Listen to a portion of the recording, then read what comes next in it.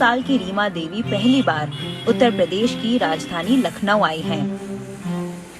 रीमा हरदोई में ऊषा के प्रशिक्षण और उत्पादन केंद्र में एक ट्रेनी है। केंद्र का मकसद स्थानीय हुनर को बढ़ावा देना है।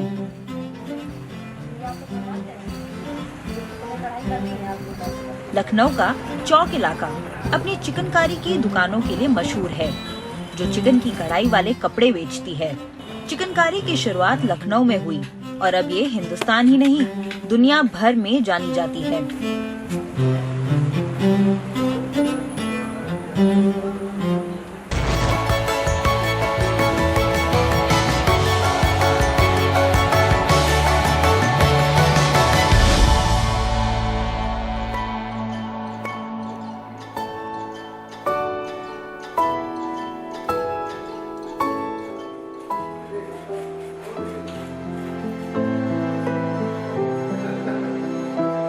रीमा बहुत छोटी हैं, लेकिन अपनी छोटी सी जिंदगी में बहुत दुख झेले हैं। रीमा के माँ बाप मजदूरी करके बड़ी मुश्किल से परिवार का पेट पालते थे और उन्होंने रीमा की कम उम्र में शादी कर दी थी। शादी के 19 महीने बाद ही उनके पति की एक रेल दुर्घटना में मौत हो गई और उनके ससुराल वालों ने रीमा को मौत का जिम्मेदार ठहराया। उनका सारा सामान अपने पास रख लिया और रीमा को उनके मायके भेज दिया, जिसने रीमा को तोड़ कर रख दिया। यही सर्वोदय आश्रम का दखल काम आया। कई दशक पुराना ये गैर सरकारी संगठन महिलाओं की शिक्षा और उत्थान का काम कर रहा है। हरदोई का ऊषा प्रशिक्षण और उत्पादन केंद्र उसी के परिसर से चलता है। रीमा प्रशिक्षण और उत्पादन केंद्र के लिए चुनी गई और 15 दिन की ट्रेनिंग मिली। सिलाई के अलावा रीमा चिकनकारी की कढ़ाई भी करती हैं। हालांकि ये सब उनके लिए नया है और वो अभी अपने हुनर में महारत हासिल कर रही हैं। फिर भी रीमा सिर्फ चिकनकारी का काम करके 1000 रुपए महीना कमा लेती हैं। पिछले 2 साल की घटनाओं से परेशान रीमा के लिए ये एक बहुत बड़ी रकम है।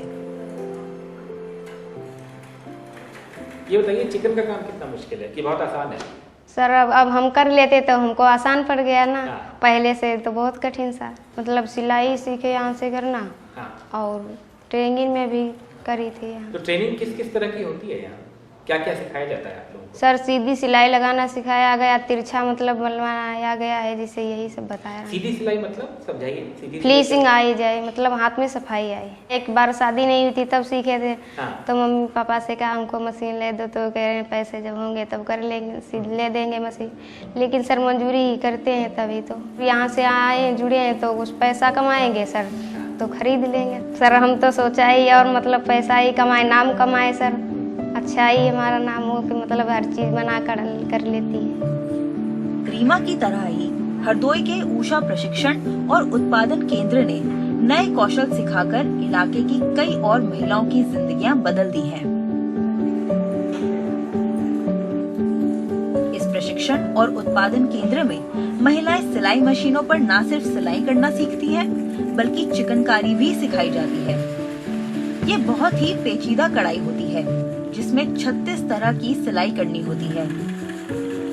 अगर हम उत्तर प्रदेश के परिक्षेत्र में देखें तो ये लखनऊ का आसपास का जो पूरा बेल्ट है, ये चिकनकारी के लिए बड़ा फेमस है, पूरी दुनिया में फेमस है और पूरे भारत में फेमस है। हमने ये देखा कि जब ये गांव में ये महिलाएं ये काम करती हैं, साथ साथ ये चिकनकारी का भी काम करती हैं, पर ना ही उनको उस तरह से कोई मार्केट मिल पाया है, ना ही उसका हुनर का भी एक लेवल तक है, उसके आगे नहीं बढ़ पाया।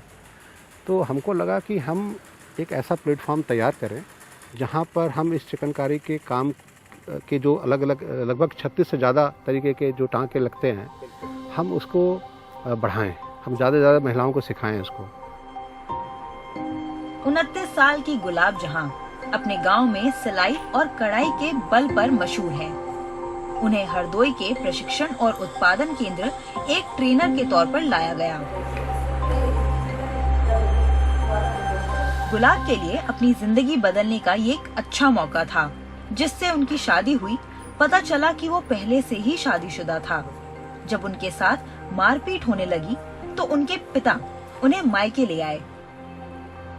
इस घटना ने गुलाब को और मजबूत बनाया और उन्होंने ठान लिया कि जिंदगी में अपना एक मुकाम बनाएंगी। लेकिन उनका सफर आसान नहीं था।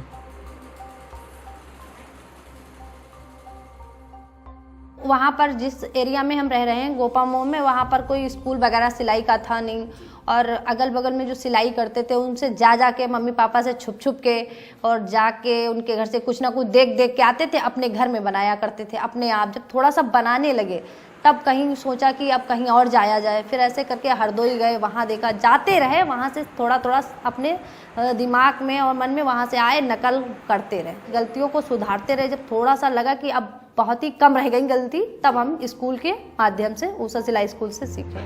और सबसे पहले सर मेरे मन में ये भी था कि पैसा ना कमाए, नाम कमाए। आज गुलाब महीने में 7,000 से 8,000 रुपए के बीच में कमा लेती हैं। वो चिकनकारी की कढ़ाई करती हैं, महिलाओं को इस कला की ट्रेनिंग देती हैं और सिलाई मशीनों की मरम्मत भी करती हैं। इसमें ऊषा का तो हमारे साथ बहुत योगदान रहा है, उसके लिए हम जितना भी धन्यवाद बोल सकें वो भी कम है। मतलब ये था कि हम जैसे आपसे बात कर रहे हैं, इस तरीके से हम बात कभी नहीं कर पाते थे। सबसे पहला तो यही रहा है। और सर बहुत सी चीज़ों हमें जो है उन्होंने दिखाई हैं, बहुत सी चीज़ों में हमें आगे बढ़ाया है। हरदोई में ऊषा की सर्वोदय आश्रम के साथ साझेदारी बहुत अहम रही है। 1980 के दशक में इस स्वयंसेवी संस्था की स्थापना उर्मिला श्रीवास्तव और उनके पति ने की। आश्रम भूमि विकास और शिक्षा के क्षेत्र में काम करती है। इसी ने ऊषा के प्रशिक्षण और उत्पादन केंद्र को अपने हरदोई परिसर में जगह दी है।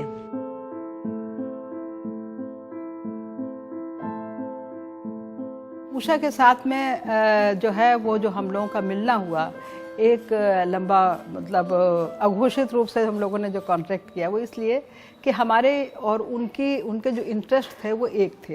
वो भी महिलाओं के लिए काम कर रहे हैं, महिलाओं को रोजगार देने का काम कर रहे हैं, और जो सर्वोदय आश्रम भी इस चीज़ से जुड़ा हुआ है कि महिलाओं को कैसे रोजगार मिले। सबसे बड़ी बात यह है, अगर किसी भी लड़की से खुल के बात करेंगे तो आपको पता चलेगा कितनी बंदिशों में वो रह रही, कितनी बंदिश में उसका पालन पोषण हुआ, और वहाँ से निकल के ये उजाले की तरफ बढ़ी हैं। इनको रोशनी दिख रही है, हम लोग रोशनी दिखाने की कोशिश कर रहे हैं। ऊषा और सर्वोदय आश्रम की पहल इलाके में बहुतों के जीवन में उम्मीद और खुशियां ला रही है। 28 साल की तबस्सुम हाशिए पर पड़ी मुस्लिम अन्य पिछड़ी जाति के परिवार की है। 2016 में उनकी शादी हुई, लेकिन कुछ वजहों से वो अपने मायके वापस आ गई और अब अपने परिवार के साथ रह रही है। उनकी 5 साल की एक बेटी है और वो सिलाई और कढ़ाई के काम से अपनी बेटी का ख्याल रखती हैं और दूसरे खर्चे भी उठाती हैं। दिन में वो 2 से 3 कपड़े सिल लेती हैं, जिससे रोजाना 200 से 300 रुपए तक की कमाई हो जाती है। सिलाई के अलावा वो चिकनकारी की कढ़ाई भी करती हैं।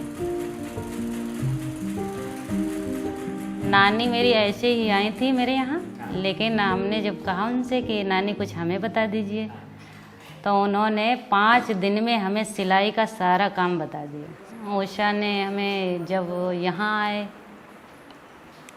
तब इससे तो बहुत कुछ मालूम हो गया। पहले ये था कि कोई सिलाई ऐसी थी जिसमें फिनिशिंग नहीं आती थी, वो साफ़ सफाई फिनिशिंग, और कुछ चिकनकारी में कुछ डिज़ाइनें ऐसी थी, वो सब समझ में आई।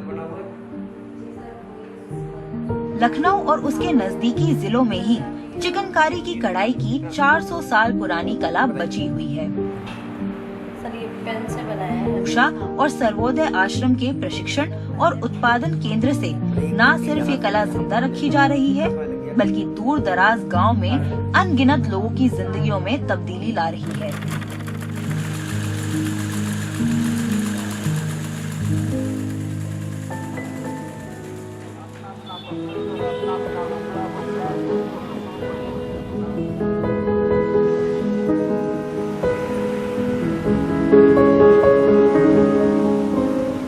चंदुआ का नाम पूरी जिले के पिपली से जुड़ा हुआ है। ये कला वहाँ के हर घर में बनाई जाती है। इससे बहुत से लोगों की आमदनी होती है और अब ऊषा इस पारंपरिक एप्लिक कला को सहेजने में अहम भूमिका अदा कर रही है। 48 साल की स्वर्णलता पांडा कपड़ों पर चंदुआ कला पिछले 15 साल से बना रही हैं। इस कढ़ाई के जरिए वो नया सामान बनाती हैं और पुराने कपड़ों को नया रूप देती हैं। लेकिन उषा ने उनकी आमदनी बढ़ाने में भी मदद की है। 3 साल पहले तक स्वर्णलता हाथ से कढ़ाई करती थी। उषा में उन्हें सिलाई की अलग अलग तकनीकें सिखाई, जिससे उनके काम में तेजी भी आई और सफाई भी। इस पारंपरिक कला के जरिए उषा ने न सिर्फ स्वर्णलता की जिंदगी बदल दी है, बल्कि सैकड़ों और महिलाओं के जीवन में भी उम्मीदें जगाई हैं।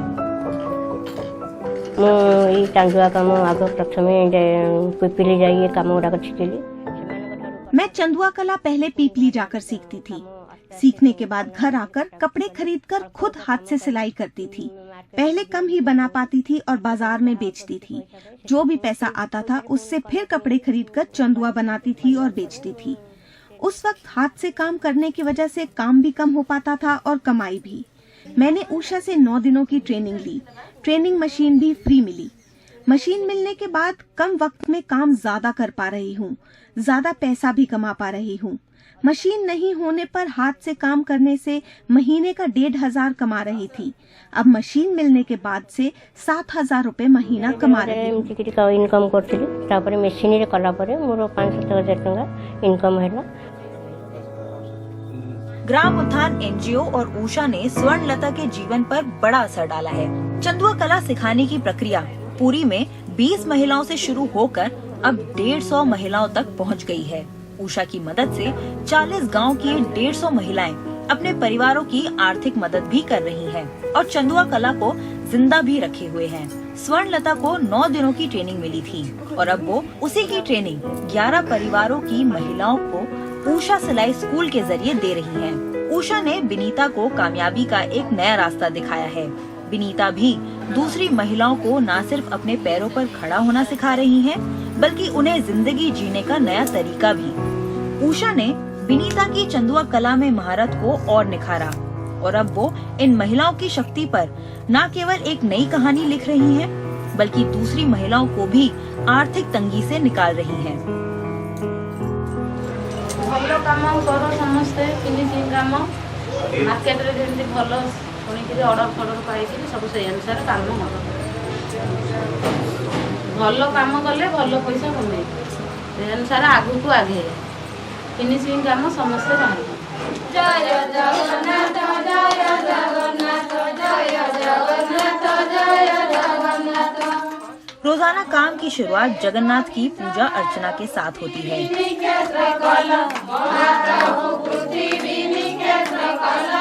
उषा सिलाई स्कूल में वो पिछले 3 साल में 60 महिलाओं को चंदुआ कला सिखा चुकी हैं।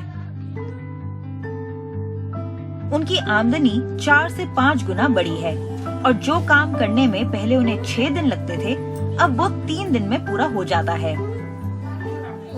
शादी से पहले से ये काम कर रही हूँ। शादी के बाद बहुत सारे लोगों को ये काम सिखाया है। ऑर्डर बाजार से मिलता था पर काम कम कर पा रहे थे। उषा के साथ जुड़कर 9 दिन का ट्रेनिंग लेकर मैंने मशीन पाया। इसके बाद मैंने 40 महिलाओं को ट्रेनिंग भी दी। अभी 30 महिलाओं को ट्रेनिंग दे रही हूँ। यही नहीं, जो मेरे पास महिलाएं काम कर रही हैं, उनको 3000 हर महीने दे रही हूँ। मैं काम सिखाती भी हूँ, ऑर्डर भी लाती हूँ। महिलाओं की मदद से ऑर्डर का काम पूरा भी कर पाती हूँ।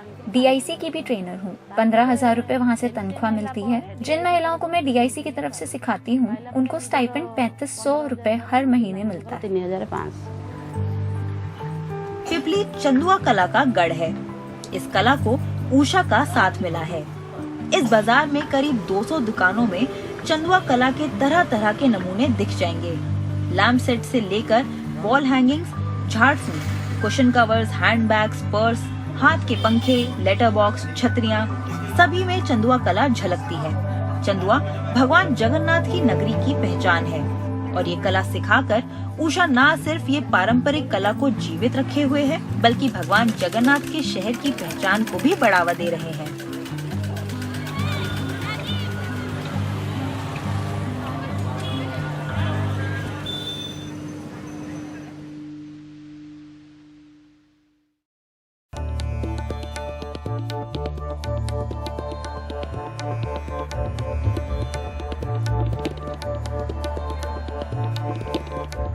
कांथा एक ऐसी कला शैली है जो पीढ़ी दर पीढ़ी चलती आ रही है। एक औरत से दूसरी औरत इसे सीखती आई है।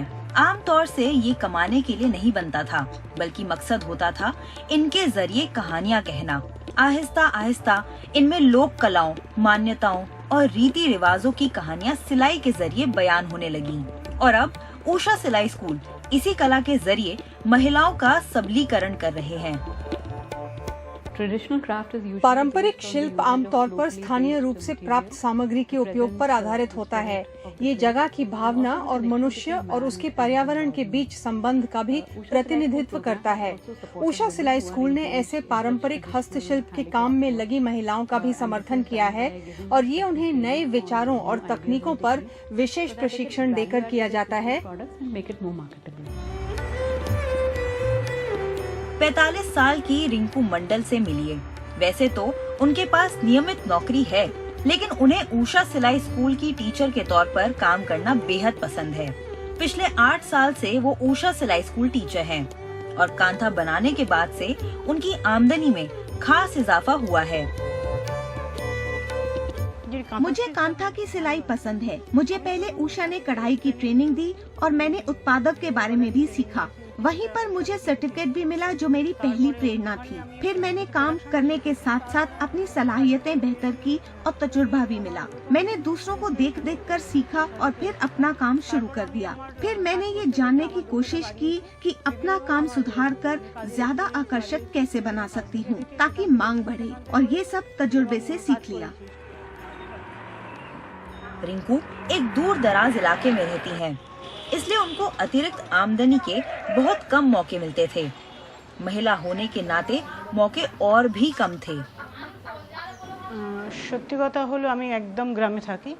सच्चाई ये है कि मैं बिल्कुल देहाती इलाके में रहती हूँ और वहाँ पैसा कमाना बड़ा मुश्किल काम है। कमाई करने में पहले तो बड़ी जद्दोजहद करनी पड़ी और मुझे काफी मुश्किल लग रहा था, लेकिन फिर जब मैंने नए हुनर सीखकर सिलाई और कढ़ाई में महारत हासिल कर ली तो आहिस्ता आहिस्ता मैंने देखा कि लोग आने लगे और खरीदार बढ़ने लगे। बहुत से लोग जो मेरे पास आते हैं उन्हें काम की पहचान है और हाथ की कढ़ाई का काम खरीदते हैं। क्योंकि मैं स्कूल में अच्छा पढ़ा रही हूँ तो अब छात्र भी बहुत आने लगे हैं। अब मैं यहाँ भी स्कूल चला रही हूँ और घर में भी ज्यादा छात्र हैं तो मेरी आमदनी भी पहले से कहीं बेहतर है। সেখান থেকে আমার ইনকাম অনেক বেড়েছে, আগের থেকে অনেক ভালো। जब से इन्होंने कांथा सिखाना शुरू किया तब से इनके छात्रों की तादाद बहुत बढ़ गई है। কাঁথা স্টিচটা দেওয়ার পরে দেখলাম मेरे स्कूल में ज्यादातर छात्र बड़े चाव से इसे सीखना चाहते हैं। वो इसे अपनी पढ़ाई के साथ साथ सीख रहे हैं। मुझे नहीं पता कि वो कितना सीखेंगे, लेकिन फिलहाल बहुत जोश के साथ सीख रहे हैं। पहले मैं हर महीने 3000 से 3500 रुपए कमाती थी और अब 9000 से 10,000 रुपए तक कमा लेती हूँ। रिंकू की बहन टिंकू मंडल अधिकारी की जिंदगी और भी मुश्किल में थी। शादी की परेशानियों और पति से अलग होने के बाद उन्हें अपने बच्चों को पालने के लिए आमदनी की जरूरत थी। ऐसे में कांथा ने उनकी मुश्किल आसान करी। 2014 साले 2014 में मेरे परिवार में समस्याएं आनी शुरू हो गईं और मैं अपने बच्चों को लेकर मार्च अप्रैल 2014 में चली आई। তারপরে আমাকে একটা কিছু করতে হবে, যেহেতু দুটো বাচ্চা আছে তাদেরকে। मेरे 2 बच्चे हैं और उन्हें पालने पोसने के लिए कुछ करना था। सिलाई में मेरी दिलचस्पी थी और थोड़ी बहुत सिलाई आती भी थी। মানে জানা ছিল, উষাতে ভর্তি হলাম। मैंने उषा में सिलाई सीखी और कांथा की सिलाई आसान थी क्योंकि ये हाथ की सिलाई थी और मैं मशीन खरीद नहीं सकती थी।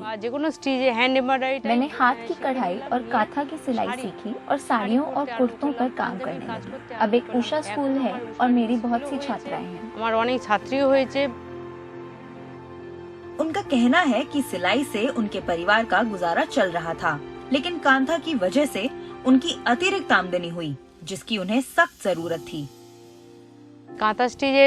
मैं जो कांथा की सिलाई करती हूँ उसमें मेरी 4000 से 5000 रुपए तक की कमाई हो जाती है। स्थानीय गैर सरकारी संगठनों का कहना है कि इस पहल से उन लोगों की जिंदगियों पर असर पड़ा है जिन्हें इसकी सबसे ज्यादा जरूरत थी। उषा আমাদের কাছে এই সুযোগটা নিয়ে जब उषा ने ये मौका दिया तो हमने ये पता किया कि इसकी सबसे ज्यादा जरूरत किसको है। हमारा ध्यान उन महिलाओं पर था जिनके पति उनका ख्याल नहीं रखते थे। बड़े परिवार एक शख्स की आमदनी पर नहीं चल सकते।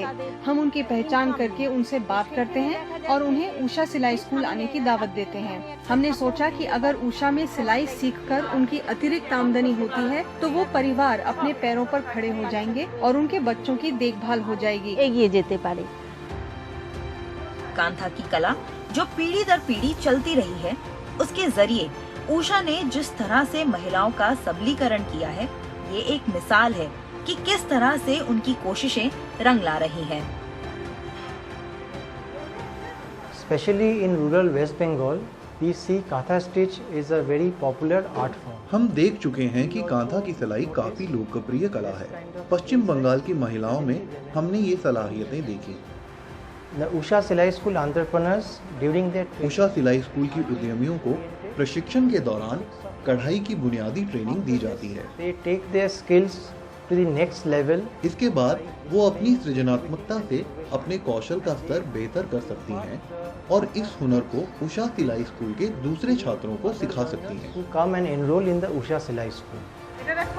उषा सिलाई स्कूल के जरिए इन महिलाओं को कांथा सिखाने में मिली कामयाबी एक मिसाल है कि कैसे छुपी हुई प्रतिभाओं को उभारा जा सकता है। ये महिलाएं आत्मनिर्भर बनकर अपने परिवारों के लिए कमाएं तो पूरे समाज का फायदा होगा।